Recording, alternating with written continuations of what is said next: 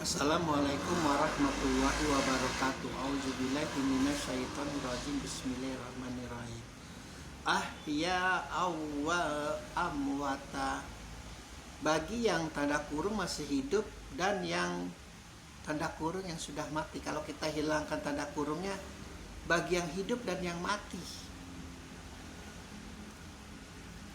Sangat berbeda, mencolok nih kalau tanda kurungnya yang ada maupun yang tidak ada. Kalau yang ada adalah bagi yang masih hidup dan yang sudah mati.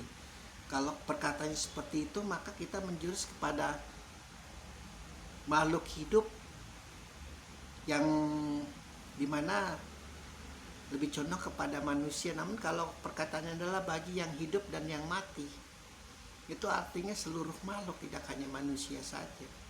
Ini bumi dikatakan oleh Allah sebagai tempat berkumpul, bahkan hewan-hewan, bahkan tumbuhan, bahkan apapun itu, baik mereka hidup maupun mati, itu adalah tempat berkumpulnya di bumi.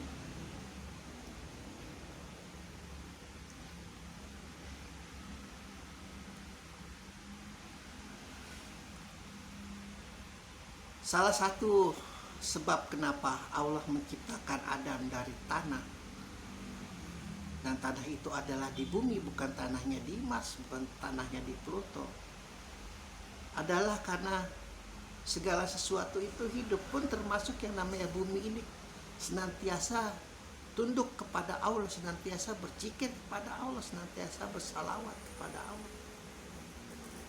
Makanya bagi mereka yang pandai mengaplikasikan dirinya dalam hal ini adalah pada Islam, lewat amalan-amalan zikir, lewat amalan-amalan sholat, puasa, dan lain sebagainya, itu kelak nanti ketika mereka mati, mereka diterima di bumi.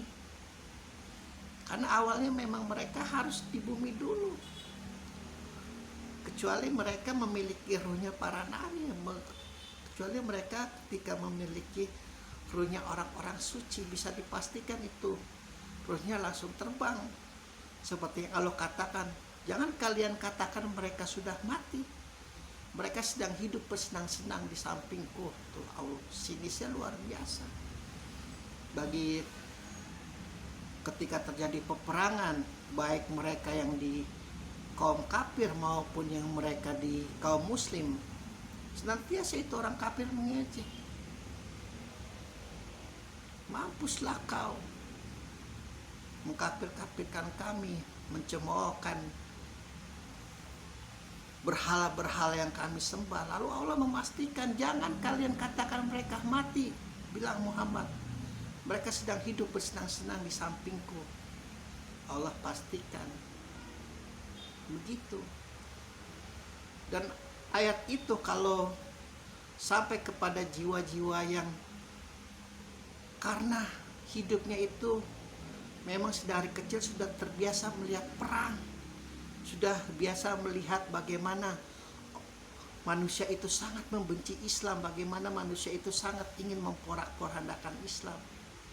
Akhirnya kata-kata yang ada di dalam pikirannya hanyalah kata-kata jihad dalam bentuk peperangan.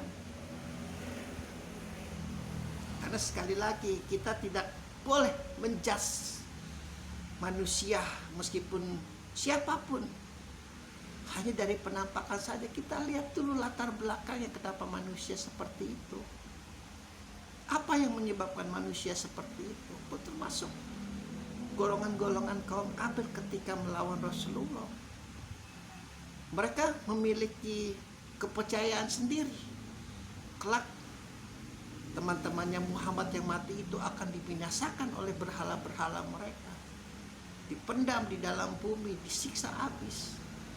Namun Allah pastikan, oh tidak, bumi itu aku yang ciptakan. Kalian keluar dari air yang hina, bilang Muhammad, dari air mani. Lalu aku yang membantu air mani itu untuk masuk ke dalam rahim perempuan. Lalu kalian menjadi manusia. Lalu kemudian kalian berkumpul di bumi yang aku ciptakan. Katakan itu kepada mereka Muhammad, bahwa bumi itu tempat berkumpul bagi yang masih hidup maupun yang sudah mati. Tidak hanya manusia, kaum jin, hewan, tumbuhan, apapun itu, setan marah kayangan sekalipun. Sebelum waktunya tiba nanti kelak terjadinya kiamat, mereka tidak akan mungkin bisa lari dari bumi. Dan katakan mereka yang mati di jalanmu, mereka bersenang-senang hidup denganku. Allah berkata, meskipun tidak kita temui ayat ini karena kita belum sampai ke sana, kita sudah lompatin. Ahya awwa ammata, bagi yang masih hidup dan yang sudah mati, kami menjadikan bumi sebagai tempat berkumpul mereka. Ini adalah ayat mistik, tidak bisa dibuka dengan logika, tidak bisa dibuka dengan nalar, tidak bisa dibuka dengan rasionalitas. Bagaimana ruh-ruh kita ini ternyata hidup dan masih berkumpul di bumi. Maka Islam itu tidak bisa dinafikan hubungannya erat dengan agama-agama yang lain. Bahkan ketika Khadijah mencatat ayat pertama, kita ikuti tradisi Sunni ya. Lalu diperlihatkan kepada pamannya, ini kalimat-kalimat sangat mirip dengan Injil. Sudah, kau percayai saja Muhammad. Karena tidak mungkin Muhammad itu kesurupan, tidak mungkin Muhammad itu kemasukan setan. Karena orang baik sulit dimasuki setan, berkata paman. Gitu. Banyak tradisi-tradisi di agama lain pun meyakini bahwa roh kita itu ketika kita mati itu ya ada yang bereinkarnasi, ada yang masih berkumpul di alam yang berbeda. Kalau mereka baik, mereka berkumpul di tempat yang indah. Kalau yang buruk, mereka berkumpul di tempat yang sangat luar biasa akan menyiksa mereka. Pun Islam juga begitu, ada namanya alam barzakh. Ada sebagian mereka yang hanya sedang tertidur, tidak hanya sampai 1 detik, tanah terakhir diinjak-injak oleh penggali kubur, langsung kiamat.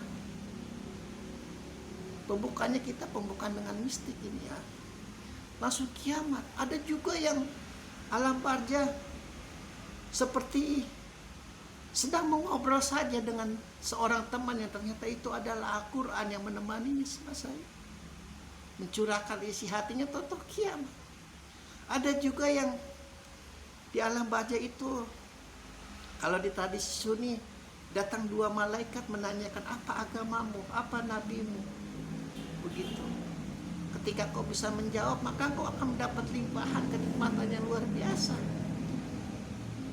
Namun ketika kau tidak bisa menjawab, kau akan mendapat penyiksaan yang luar biasa.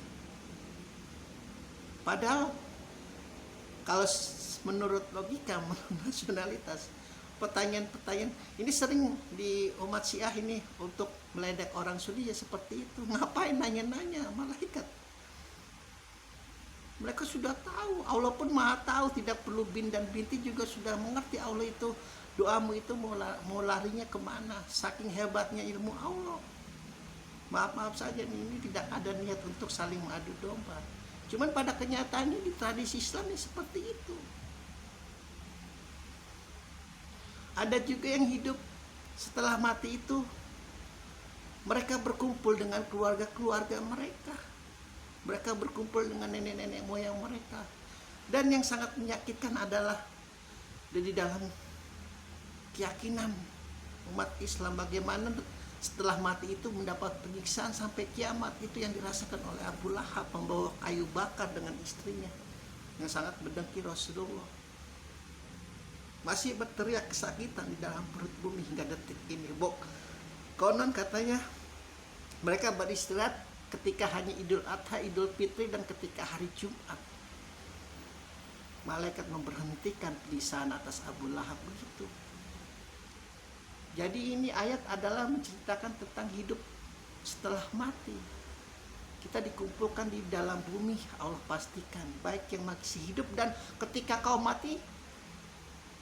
Kalau kau percaya Islam, kau percaya Al-Quran, kau pun masih hidup dan kau masih berkumpul. Ruhmu itu di dalam bumi dikumpulkan oleh Allah di atas bumi, begitu. Alhamdulillahirabbil alamin.